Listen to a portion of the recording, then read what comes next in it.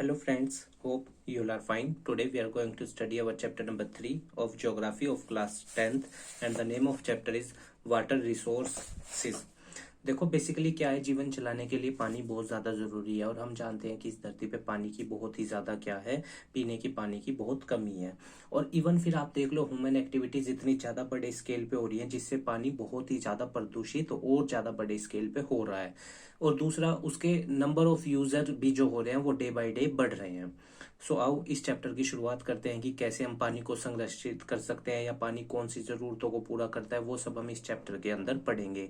ये updated data के हिसाब से चैप्टर है, तो आप लोग इसको नोट्स को बना सकते हैं और पीडीएफ आपको डिस्क्रिप्शन में मिल जाएगा। Water cycle. 3/4 of the earth has water but only small amount is fresh water. दुनिया में 3/4 पानी है और सिर्फ कुछ परसेंट ही पीने का है। बेसिकली ये 4% माना गया है कि 4%, यहाँ पे आप लिख लेना कि दुनिया में पीने का पानी कितने परसेंट अवेलेबल है, 4%। Fresh water is obtained from the water run of and ground water which is renewed by water cycle. और ये फ्रेश वाटर हमें मिलता कहाँ से है, या तो जमीन के जरिए मिलता है जो रिसाइकल्ड पानी होता है, या फिर वाटर रन ऑफ वर्षा बन के जो बरसता है उस जरिए से। Cycle of evaporational and condensation is called water cycle. और जब पानी भाप बन के बादलों में जाता है, फिर बारिश होती है, जो वो आपने साइंस में भी पढ़ा होगा वाटर साइकिल, तो उसी को ही क्या बोलते हैं हम, water cycle. Facts and figures of water cycle. Water 96.5% of the water is in ocean, only 2.5% is the available as fresh water. अब ये 2.5% है, पर पहले इसमें हमने कहीं पे पढ़ा था तो 4% था, तो 2.5% ठीक है, is the only available of fresh water. 70% of the fresh water. अब इस 2.5 का 70%, जितना भी ये अवेलेबल है इसका 70%, यानी इसका 70%। 70% of the fresh water comes from glaciers and less than 30% water is ground water. 30% ही हम भूमि से पानी निकालते हैं और 70% हमारा कहाँ से आता है, ग्लेशियर से आता है।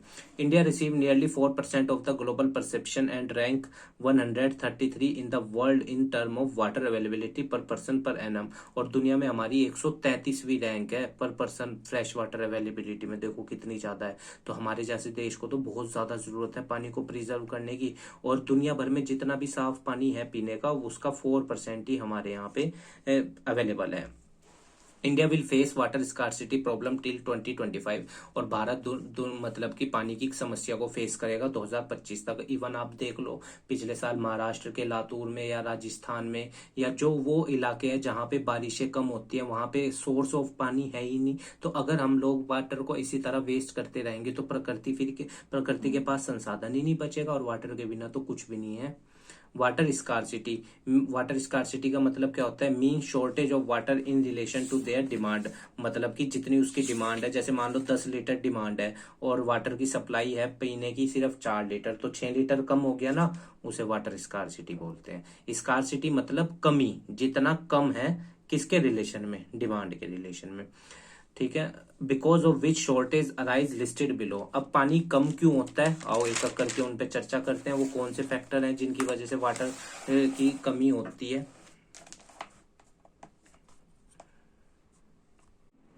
Shortage of water resources is an area because of excess use. देखो एक जगह पे पानी की कमी क्यों होती है, बिकॉज उसके एक्सेस यूज के कारण। लोग उसका यूज इतना ज्यादा बड़े स्केल पे करते हैं बिना सोचे समझे, तो फिर क्या होता है, वहां पे पानी की क्या होने लगती है, कमी होने लगती है।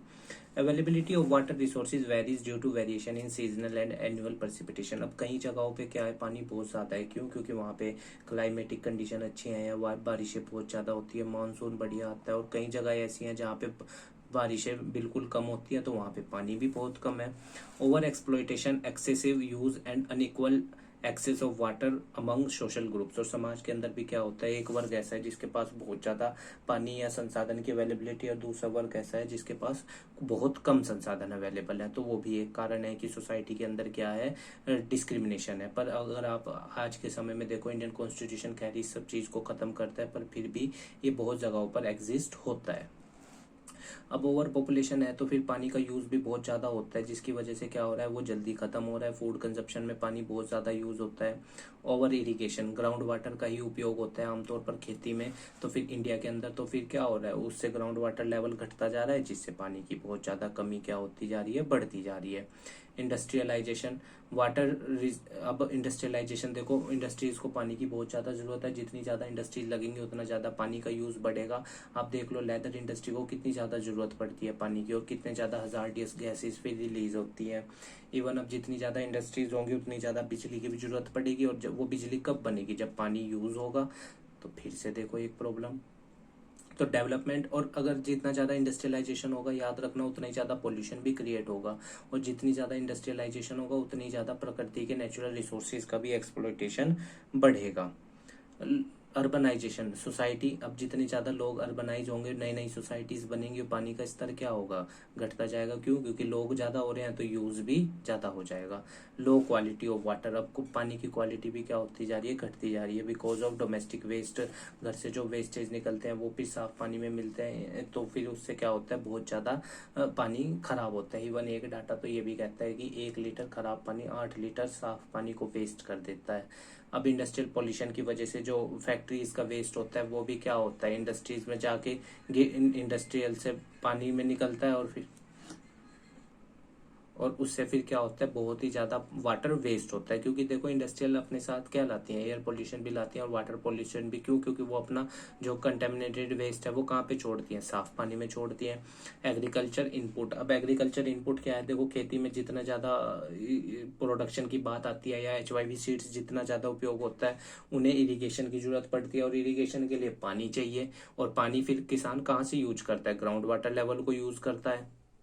एक और सबसे बड़ा रीजन ये भी है कि पानी के कम होने का, क्योंकि आपने देखा होगा मल्टीनेशनल या मल्टीपर्पज प्रोजेक्ट चल रहे हैं, जिसकी वजह से क्या हो रहा है, पानी का वेस्टेज और ज्यादा बढ़ रहा है। हालांकि अगर हम बात करें इतने बड़े स्केल पे जब पानी का यूज की बात करते हैं, और वो भी साफ पानी की, तो फिर क्या होगा, पानी तो स्केयर होगा ही, और फिर प्रकृति भी एक दिन कह देगी कि भाई बस अब इतना, इससे ज्यादा पानी था ही नहीं। तो फिर उस टाइम ह्यूमन सर्वाइवल क्या हो जाएगा, बहुत ही ज्यादा मुश्किल।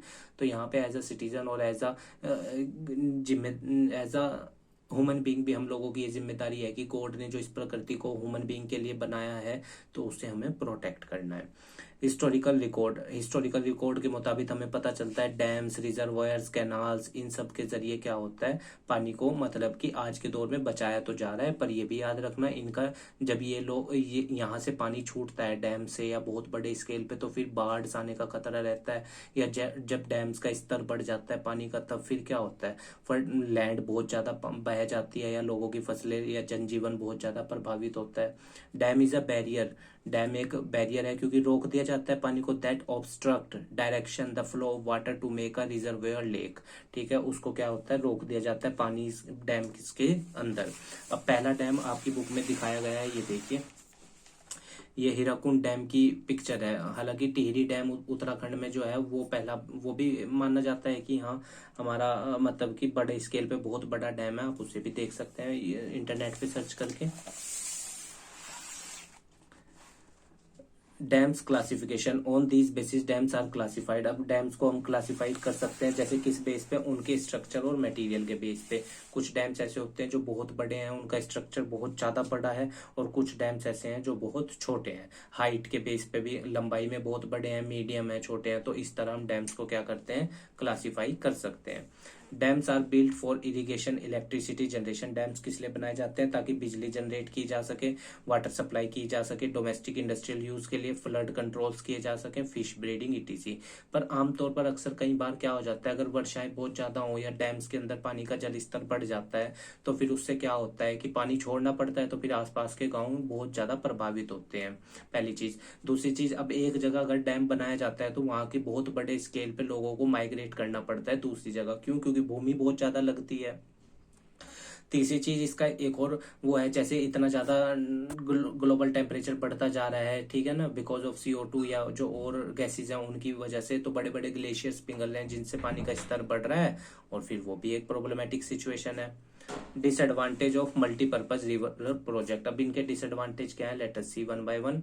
डैम्स के डिसएडवांटेज क्या है, इरेगुलर फ्लो ऑफ वाटर, कभी ज्यादा हो जाता है कभी कम हो जाता है, और अगर ज्यादा हो गया तो नुकसानदायक है, और कम हो गया तब भी नुकसानदायक है। क्यों? क्योंकि फिर वाटर सप्लाई क्या होगी, घट जाए। Rockers stream bed, poor habitat for aquatic life. और देखो क्या होता है, कई बार पानी अब एक जगह पे इकट्ठा है तो उसमें जो एक्वेटिक लाइफ होती है उस पर भी बहुत ज्यादा प्रभाव पड़ता है। क्यों? क्योंकि वो एक ही जगह पर स्थिर होकर रह जाती है। दीज प्रोजेक्ट इंड्यूस्ड अर्थक्वेक, इनकी वजह से अर्थक्वेक आता है। वाटर बोर्न डिजीज पैदा होते हैं, पानी एक जगह इकट्ठा रहेगा तो फिर बीमारियां तो फैलेंगी। Pests and pollution resulting from excessive use of water. These are unsuccessful in controlling floods at the time of excessive rainfall. जब बारिशें ज्यादा होती हैं डैम्स में कहाँ पानी स्टोर हो पाता है, फिर वो छोड़ना पड़ता है तो फिर उससे तो और ज्यादा बाढ़ के चांसेस बढ़ जाते हैं। It displace the local people of place where it is created, और जहां पे भी ये बनते हैं वहां से लोकल लोगों को दूसरी जगह भेजना पड़ता है। It submerge the existing vegetation and soil if created on the flood plains. और अगर जहां पे प्लेन एरिया है तो वहां पे क्या होता है, जो वेजिटेशन है या जो मिट्टी है उसको बहुत ही ज्यादा इसका प्रभाव पड़ता है। क्यों? क्योंकि अब डैम्स बनाए जा रहे हैं तो वो छोटी जमीन पे तो बढ़ेंगे नहीं, वो बड़े स्केल पे बनेंगे। तो ये भी एक चीज है। मूवमेंट्स अगेंस्ट मल्टीपर्पज प्रोजेक्ट, अब बहुत सारी मूवमेंट्स भी चलाई गई हैं। अच्छा देखो, वैसे मेजर रिवर्स एंड डैम्स आप एक बार मैप पे भी देख लो इंडिया के। इस डाटा को आप जरूर बुक में देखना, अपने आपकी बुक में सारा बताया गया है कि कहाँ पे कौन से डैम्स इसमें दिए गए हैं। तो ये मैप पेज नंबर 28 पर है, इसको जरूर देखना आप लोग। उससे आप, और कंपटीशन में भी इससे क्वेश्चंस आते हैं कि ये डैम किस राज्य में है या कौन सी नदी पर बना है, तो इस तरह क्वेश्चन पूछ लेता है, इसलिए आप इस पे याद रखना।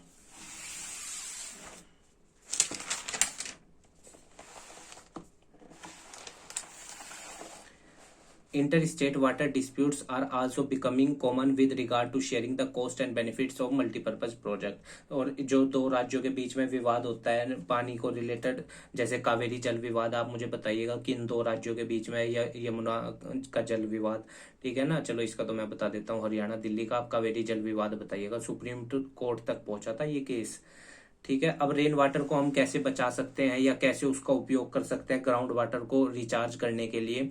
Rain water harvesting refers to the practice of storing and using rain water from the surface on which it's fall. Rain water harvesting क्या होता है, वो प्रोसेस जिसके जरिए पानी जहां पे गिरा वहां से उसको स्टोर कर लेना, किसके जरिए, पाइप्स के जरिए या किसी भी चीज के जरिए फ्यूचर नीड्स में यूज करने के लिए। आप राजस्थान में देखो, लोगों ने अपने घर में ही क्या कर रखे हैं, छोटे छोटे कुएं टाइप बना रखे हैं, उससे मतलब होती टाइप भी बोलते हैं इन्हें। तो जब बारिश होती है तो उसका पानी उसमें इकट्ठा हो जाता है, फिर वो फ्यूचर उसमें यूज करते हैं उन्हें।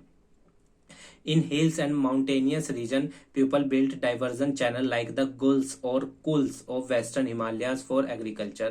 लोग इस तरह का मतलब पानी का उपयोग कर लेते हैं ताकि वो अपनी खेती कर सकें, ठीक है। देखिए कुल का एग्जांपल ये दे रखा है, यहाँ पे पानी स्टोर होता है, वहां से ऊपर से आ रहा है और इस तरह टाइप बना के फिर ये यहाँ पे इसको स्टोर कर लेते हैं और यहाँ से फिर ऐसे अपने में यूज कर लेते हैं जहां पे भी इनको यूज करना होता है। In Rajasthan, pupils are rooftop rain water harvesting was commonly practiced to store drinking water। और यहाँ पे ये चीज होती है, जैसे मैं आपको दिखा देता हूँ, आमतौर पर ये चीज होती है। देखो थोड़ा सा जो कैमरा हिल रहा है उसके लिए सॉरी, क्योंकि बुक से इधर से उधर करनी पड़ रही है। देखो अब ये पानी जो छत पे गिरा बारिश के जरिए, ये इस पाइप के जरिए क्या हुआ, यहां से गुजरता हुआ हैंड पंप के जरिए जमीन में चला गया। अब इससे ग्राउंड वाटर लेवल रिचार्ज होता है। देखो कितना बढ़िया वो है। अब तो मुंबई में अगर आप देखो जो नई नई बिल्डिंग्स बन रही है ना, उनमें क्या सिस्टम है, छत पे जो पानी गिरता है ना, इसी तरह पाइप लगा हुआ होता है बिल्डिंग के साथ, और नीचे एक होदी टाइप बना हुआ होता है और उसमें वो पानी सारा चला जाता है नीचे जमीन में। तो देखो कितना बढ़िया सिस्टम है। इससे क्या होगा, हम ग्राउंड वाटर लेवल को रिचार्ज कर सकते हैं। एक ही ये भी सिस्टम था। देखो इसमें क्या होता है, ये पानी आया यहाँ पे ऐसे और इसमें इकट्ठा हो गया, रिचार्ज थ्रू अबांडन डगवेल्स, जो खुदे कुएं हैं उनमें इसका पाइप छोड़ देना, तो उससे क्या होगा, ग्राउंड वाटर लेवल रिचार्ज होगा। तो अब देखो उसने ये पूछा तुमसे कि क्या आप are you a water harvester, क्या तुम भी पानी को बचाने वालों में से हो। तो अब आपको इसका जवाब अपने आप को देना है। तो देखो ये प्रकृति पानी हमें लिमिटेड दिया है इसने, तो अगर हम इसको ऐसे ही सब ह्यूमन बींग इस तरह ज्यादा यूज करेंगे या वेस्ट करेंगे, फिर ये कम हो जाएगा, तो फिर लोगों की जरूरतें या सस्टेनेबल डेवलपमेंट या आने वाली जनरेशन कैसे नीड सर्वाइव करेगी। तो हम सबको इसको पानी को मिलके क्या करना है, बचाना है। अब आगे बढ़ते हैं। In the semi arid and arid regions of Rajasthan almost all the houses traditionally has underground tanks. मैंने अभी आपको बताया वहां पे ये बना लेते हैं वो लोग, इनको क्या बोलते हैं, वो टंकास भी बोलते हैं या टैंक्स भी बोलते हैं इस तरह, फॉर स्टोरिंग ड्रिंकिंग वाटर। इन मैंने ये देखा है यूट्यूब पर भी, आप देख सकते हैं, बहुत ही अच्छा सिस्टम है इनका ये। इवन गवर्नमेंट ने भी वहां पे बहुत प्रमोशन किया इस चीज को। इन arid and semi arid region, जो जहाँ पे बारिशें कम होती हैं या जो रेत वाले इलाके हैं, agriculture fields were converted into rain fed storage structure that allowed the water to stand and moisture the soil. इससे क्या होता है, वहां पे वो पानी को खेत में स्टोर कर लेते हैं, जिससे मिट्टी को नमी मिल जाती है और फिर उससे वो फसलें कर लेते हैं। तो उम्मीद है गाइज आपको चैप्टर समझ में आया होगा। हमारे काम को सपोर्ट करने के लिए वीडियो को लाइक कीजिएगा, अपने दोस्तों के साथ शेयर कीजिएगा और हमारे चैनल को भी सब्सक्राइब कर दीजिएगा। 4th चैप्टर भी बहुत ही जल्द अवेलेबल हो जाएगा। अब एक बार जरा इसके क्वेश्चंस देख लेते हैं। आप लोग इनको ट्राई करने की जरूर कोशिश कीजिएगा, और अगर कोई सा भी आपको क्वेश्चन ना समझ आए या एमसीक्यू, तो आप हमें कमेंट बॉक्स में बता देना, हम उसका आंसर आपको बता देंगे। हालांकि खुद से इन सबको जरूर लिखने की कोशिश करना, क्योंकि ये आपकी आंसर राइटिंग की जो प्रैक्टिस है उसको क्या बताएंगे, उसको क्या कर देंगे अच्छा। तो एग्रीकल्चर चैप्टर हम नेक्स्ट वीडियो में पढ़ेंगे, तो हमारे चैनल को सब्सक्राइब प्लीज जरूर करिएगा, ताकि हम भी ग्रो करें, और उसे अपने दोस्तों के साथ और जरूर शेयर कीजिएगा। क्योंकि देखो अभी हमारा चैनल ग्रोइंग स्टेज में, तो आप लोग सपोर्ट करेंगे तो वो ज्यादा जल्दी ग्रो कर पाएगा। ठीक है स्टूडेंट्स, धन्यवाद। मन लगाकर पढ़ाई कीजिए और हेल्थी रहिए, स्वस्थ रहिए और अच्छे से पढ़ाई कीजिए पॉजिटिवली। प्रैक्टिस जितनी ज्यादा कर सकते हैं कीजिए। धन्यवाद।